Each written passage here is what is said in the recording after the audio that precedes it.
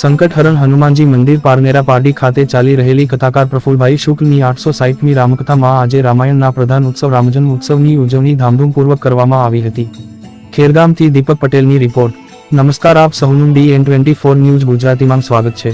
આ પૂર્વે સંકટહરણ હનુમાનજીના સાનિધ્યમાં હજારો ભાવિક ભક્તોએ ભેગા મળી ભગવાન રામલલ્લાની અયોધ્યા ખાતે થઈ રહેલી પ્રાણ પ્રતિષ્ઠાનું લાઈવ પ્રસારણ LED સ્ક્રીનમાં નિહાળ્યું હતું. તેમજ મોટી સંખ્યામાં ભાવિક ભક્તોએ ભેગા મળી મહાપ્રસાદ લીધો હતો. નીતિનભાઈ મનુભાઈ દેસાઈ અને એમના પરિવાર દ્વારા પોથી તેમજ વ્યાસ પૂજન થયું હતું. કથાની શરૂઆતમાં શિવ ચરિત્રની કથાનું વર્ણન કરવામાં આવ્યું હતું. ખરો રામભક્ત એ જ છે જેને ભગવાન શિવ ઉપર અનુરાગ હોય. ભગવાન રામના પ્રાગટ્યના મુખ્ય 5 કારણોની વિશેષ ચર્ચા કરવામાં આવી હતી. કથાકાર પ્રફુલભાઈ શુક્લે વ્યાસપીઠ પરથી કહ્યું હતું કે હનુમાનજી સમર્પિત જીવનના આચાર્ય છે. જગતના ઝેર પીવે એને શિવ કહેવાય.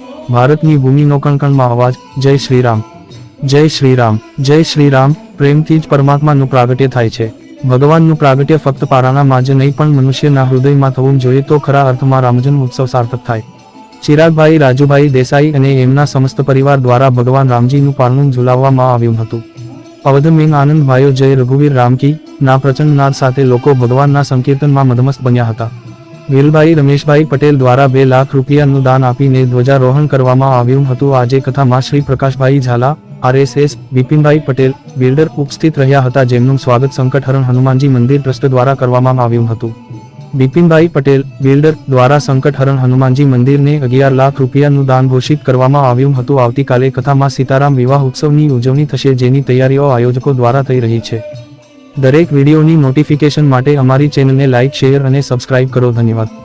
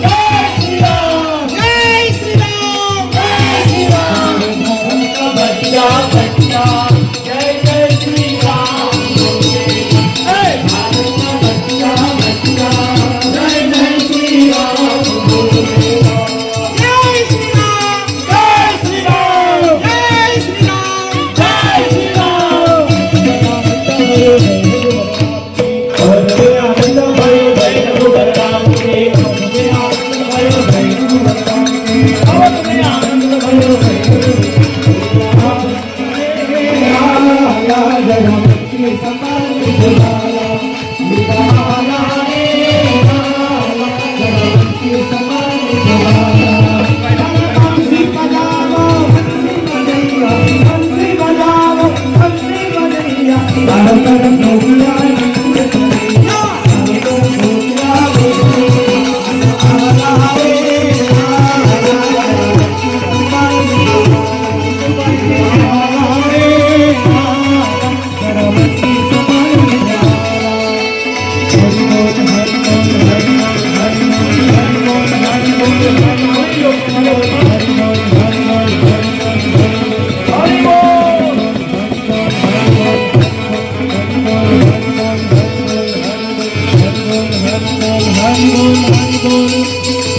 Bol, Hari Bol, Hari Bol, Hari Bol, Hari Bol, Hari Bol.